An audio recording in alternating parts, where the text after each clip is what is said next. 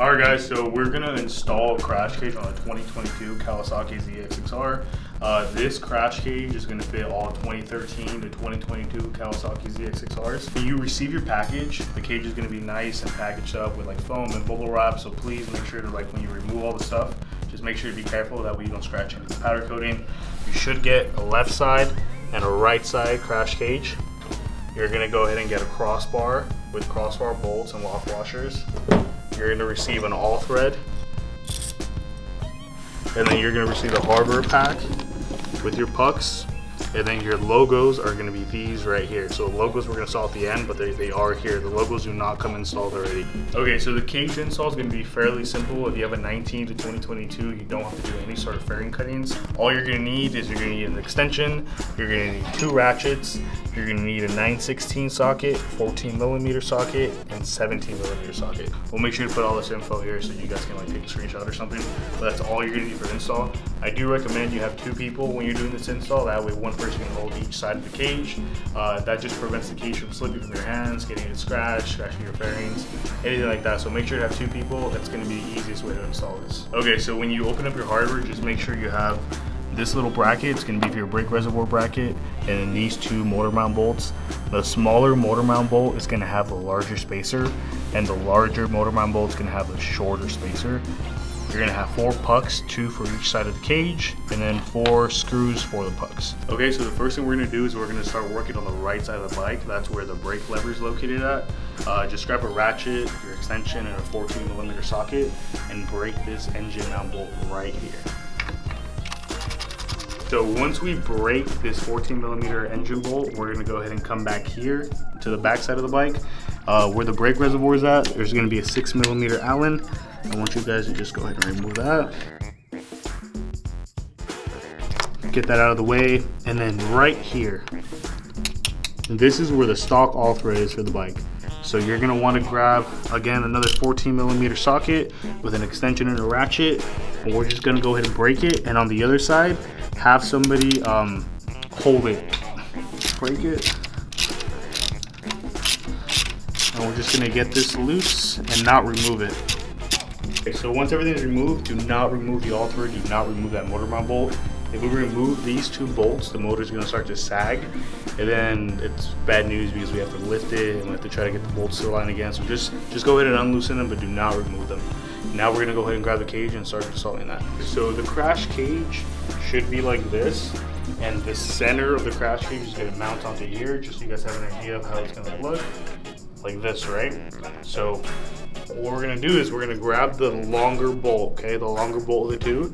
We're going to remove the spacer, and then we're just going to drop this bolt with the crush washer on top of the cage. So it's going to get dropped like that. Okay. And then we're going to put the spacer on the back end of this. So this is how it's going to get installed right now, okay? But before we do that, I actually have a little trick that I like doing where I already go ahead and install the crossbar. So I'm going to go ahead and remove this bolt from this crossbar. Put it underneath here. This is where it goes. Then I'm going to go ahead and screw it on, so when I install this, I can just slide the crossbar in. So I'll show you right now. I'm just going to install the crossbar, so it's just a 9/16 bolt. And this is going to be easy because I can slip the crossbar underneath the bike already. It's going to make install a lot easier. So my longer bolt's in there as well as my spacer. So I'm just going to go ahead, stick it through the underneath. I've already removed my bolt, and the bolt's going to go right in here. So hold the cage for me real quick. Just hold it like that. I'm gonna stick that in there. Hold that. So we're gonna go ahead and grab our socket, and then this is a 17mm bolt. So we're gonna grab a 17 real quick. With the 17, we're just gonna put it in there. I'm just gonna start tightening this. Okay, so we're not gonna tighten it all the way. Just make sure it's pretty tight, so if he lets go of it, it doesn't move. And now we're gonna move to the back side of the cage. When you receive your all thread, you're going to receive it like this. One side is going to have a nylock with a flat washer, and the other side is going to have a crush washer with an open end nut. You're going to go ahead and remove the open end nut with the crush washer, and you're going to stick it in here, and you're just going to put it in, and as you push it in, the stock all thread is going to come out from the other side. So once the all thread is all the way in on one side, we don't have to tighten this side anymore because this side comes with the nylock washer, and we can install the rest of the components on the other side once the other side of the cage is done. So let's move over to the other side. Okay, now we're going to move over to the other side. On the other side, you can see the all thread is sticking out here. That means you did everything correctly, and the crossbar should be on this side. Okay, now we're going to grab the motor mount bolt here, and again, it's a 14mm socket, so we're just going to take that out. So now we're going to go ahead and grab the opposite side of the cage, and we're going to have the bolt in there like we did on the other side with the larger spacer, and we're going to go ahead and just carefully guide it from the back into the all thread and this into the motor mount position. So guide that in there. And then this again is going to be a 17mm bolt. So we're just going to go ahead and tighten it a little bit. Make sure not to tighten it all the way. We still want the cage to be a little bit loose. After we do that, we're going to remove the 17mm socket, and we're going to put our 9/16 in, and we're going to reinstall the crossbar on the bottom here. So you're just going to go ahead and put this gold bolt that came with the crossbar, slide it in there.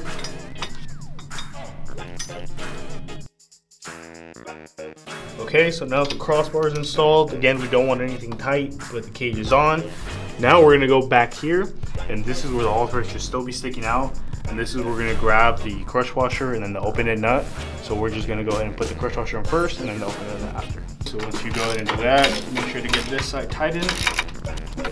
Okay, now it's in there. Now you can go around all the bolts that we installed and make sure to get those tightened. Now the cage is done.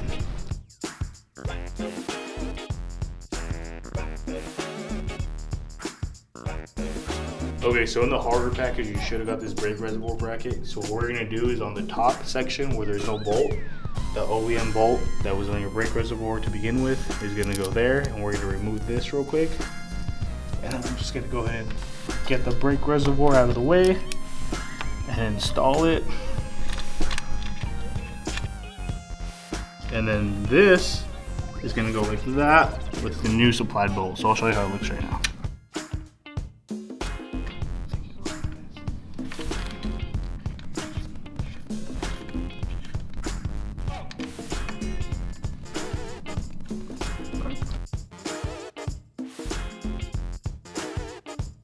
Okay, so the last step is going to be to install the pucks. So basically each puck is going to have a guide hole already, and on the back side of the cage there's going to be a guide hole. So all you got to do is just go ahead and line these up. Okay, and just to make it easier, it's a 10mm socket, but I'm going to just get that installed, and you're just going to do the same thing for all four sides.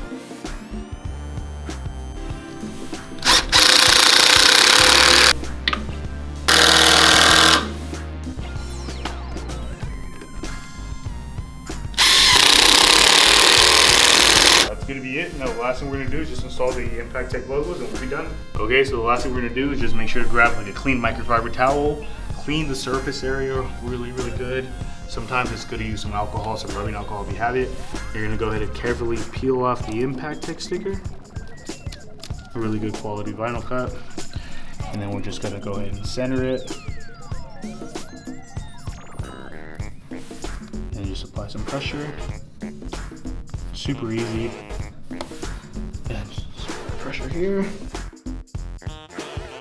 Okay, and then what I like doing is I like peeling it from a corner, so never peel from like right to left. Always peel from a corner down. That way you can avoid screwing it up. And we're done.